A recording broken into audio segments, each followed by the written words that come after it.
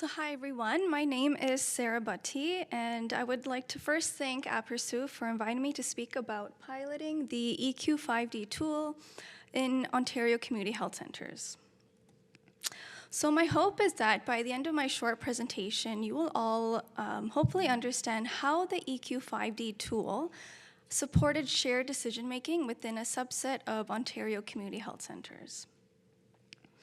So I work for an organization called the Alliance for Healthier Communities, which is a membership of community-governed, comprehensive primary healthcare organizations across Ontario. So our membership includes community health centers, nurse practitioner-led clinics, community-governed family health teams, as well as some Indigenous primary healthcare organizations.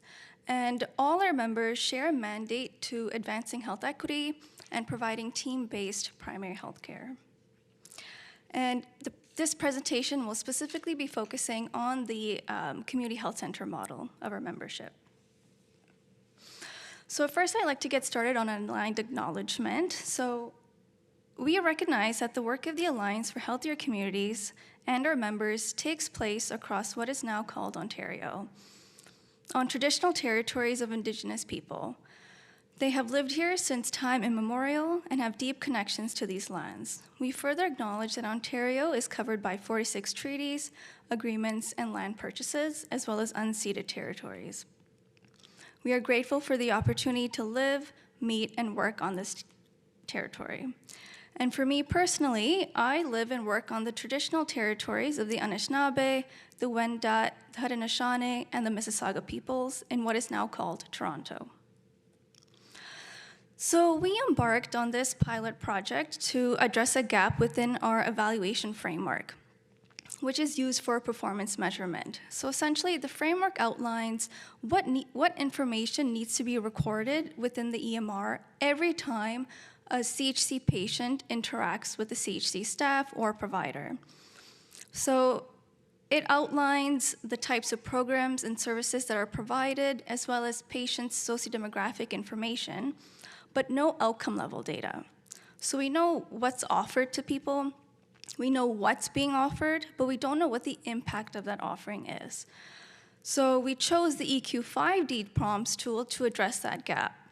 And we chose it because it was short, simple, and available in over 150 languages, which was really important for our community health centers because many of them provide services and programs to those who don't speak, for those whose English is not their first language. So what did we want to learn from our pilot project? We wanted to identify if the EQ5D tool helped supported collaborative care planning, helped monitor changes in health outcomes, and as well as program evaluation.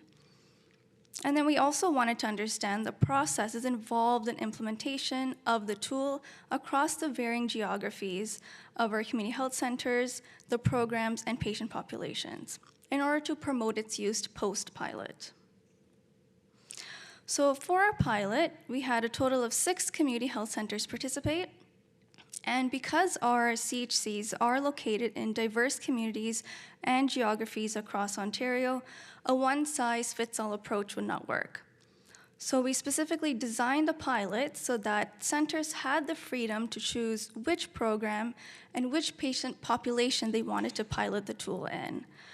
And as you can see from the slide, programs range from the clinical end of things, so for example, a cardiac rehab program or a primary care outreach program, to support type programs like the health coach program at Access Alliance, which is the practice of guiding clients to actively engage in taking care of their own health.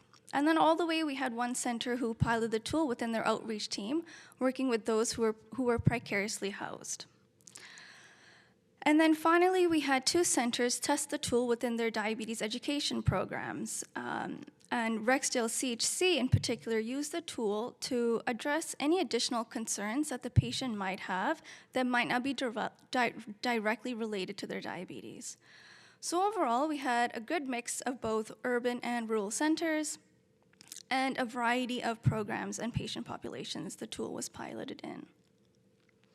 So now with the contextual information out of the way, I'll give you a brief overview of our interview findings. And they honestly really mirror some of the presentations that have already happened, especially the keynote, in particular Brenda's points. So in total, we interviewed 9 patients and 12 providers. And what we found was, the first thing we found was during baseline assessments, patients found that completing the tool had given them the opportunity to reflect on how they felt in regard to the 5 health dimensions, which sometimes led them to remembering concerns that they had forgotten about. For example, the first quote reads, "Yes, it drew my attention to some things that I wouldn't necessarily pay attention to, like my mental health, my energy level, my mood, and my activities. After I completed the survey, I was referred to the mental health therapist in the community health center, and they helped me out." So the first quote is a great example of a patient reflecting on the 5 health dimensions and then getting referred to the appropriate supports to address their identified concern. For patients who completed the tool multiple times, this allowed them to not only reflect on the present, but where they started. So for example, another patient from Rexdale CHC mentioned, "I believe everyone should have an opportunity to look back medically, because most times everybody's so busy, you don't have the time to look back at your health records and see how far you've come." And in cases where a patient's health did improve over time, it really did help to boost their self-confidence. Completing the tool also provided structure to conversations if patients were discussing multiple health concerns, and it really helped to pinpoint what specific health goals did the patient want to work on in the present moment. So I'll read this quote from a provider at Access Alliance, which reads, "And I think many times in terms of, let's say, patients who are probably all over the place. You could say, I see that you're scoring or you're struggling in this area. Would you want us to talk more about what's going on there? Do you want to set some goals around this?" We also found that for some patients, the tool made them think about their health goals not only in the short term, but in the long term as well, which is reflected in the second quote, which reads, "It starts getting you to think about your health more than just the day-to-day kind of thing, but what's the future going to look like if I don't change my habits?"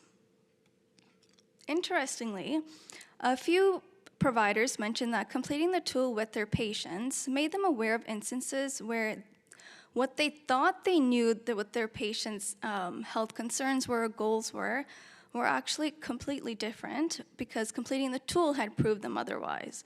So for example, we had one provider describe a situation where they thought their patient's main priority or main health concern was their anxiety and depression, but the patient actually wanted to focus on their mobility so that they could walk their dog every morning. So overall, the tool really helped both providers and patients to co-create their care plans in a structured way, which proved to be really useful for our CHC providers because they typically provide care to those who face multiple barriers to care and are living with complex health concerns and multiple comorbidities. So this helped to really provide a structured and streamlined way to co-create that care plan. And then in terms of the different health dimensions captured in the EQ5D tool, patients and providers alike both found that the depression anxiety question was the most useful, as it provided the opportunity to bring up their mental health concerns through the tool versus the patient having to do it on their own. So for example, the first quote, the provider from Chatham-Kent CHC mentioned, "A lot of people wouldn't, I think, readily open up about that unless they're directly asked about it. So questions like that keep the conversation open, and then we can help them get connected with the supports they need and to also validate what they're feeling is normal. We have had some emotional conversations when that question comes up." And then from the patient perspective, this one patient from Lang CHC mentioned, "Because it's not probing, it's not asking me to say what specific conditions you're going through, but it gives room if you want to talk about it, and you can bring it up naturally." And the significance of these two quotes are that they're both from participants from rural areas where it can be much harder to talk about mental health. So the tool overall really helped serve as a conversation starter. So overall, we found that the tool really supported shared decision-making and goal-centered care, specifically for programs that were structured. So the one center who piloted the tool within their outreach team, working with those precariously housed, it wasn't the best suited there because the clients were dealing with immediate needs, or they were in crisis. So it didn't seem appropriate to sit down with the patient and then go through the tool and then ask them about their mobility or their self-care, when really they needed a tent because they didn't have any other housing. It worked really well for programs and services that primarily addressed mental and physical health concerns. So for our programs and services that provided more structural needs, for example, housing or employment, the PROM wasn't the best suited for that. It was also better suited for programs that did not have lengthy intake forms. So for example, at Southeast Ottawa CHC, they piloted the tool within their primary care outreach program. But that program already had a really lengthy intake form. So completing the EQ5D PROMs tool didn't help to identify any new information. So it wasn't the best suited there again. And then the tool worked best for programs with low drop-off rates, so you could prevent loss to follow-up. Otherwise, it was much harder to capture, it was much harder to capture changes in their outcomes and further refine those care plans. So if you want to, that was really a brief overview of our qualitative results, but we do have a final report which can be linked, can be accessed through this link, which provides a full overview of, the experiences of each of the centers, the different geographies, and our next steps as well. Now I think I have time for a couple more questions.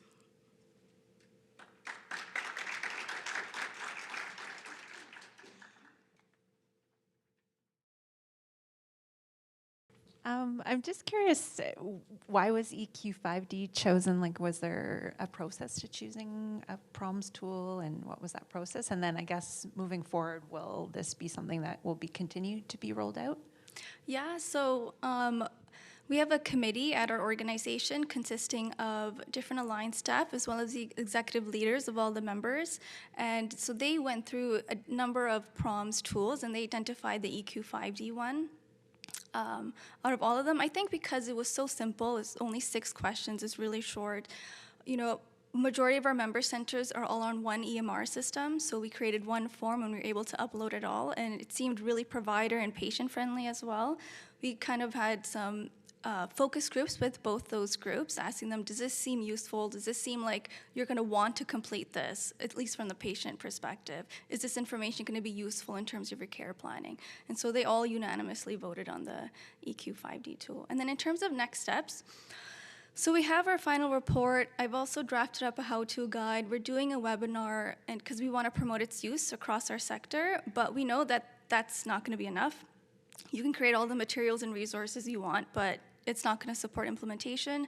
So we are starting a QI initiative, so a quality improvement initiative / with implementation science principles in there as well, to kind of help support centers who do want to start collecting PROMs data on how they can do that. And so we're starting that in the next year.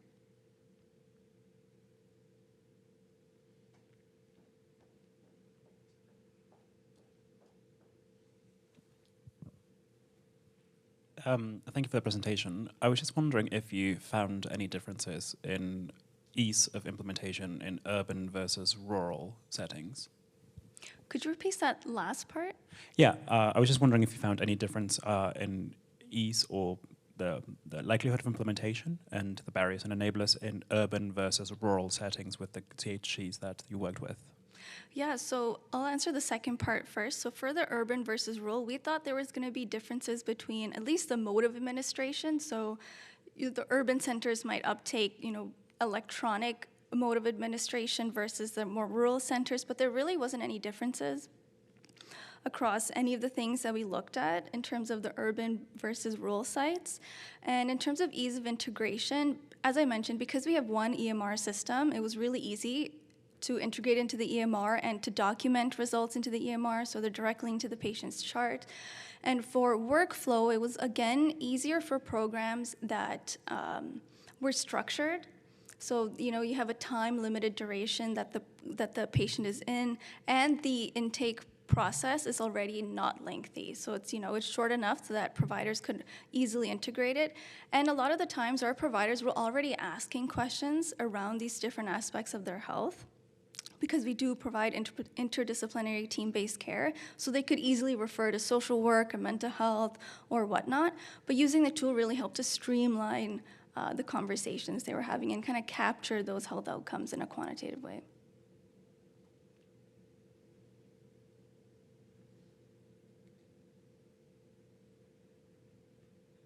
Any other questions?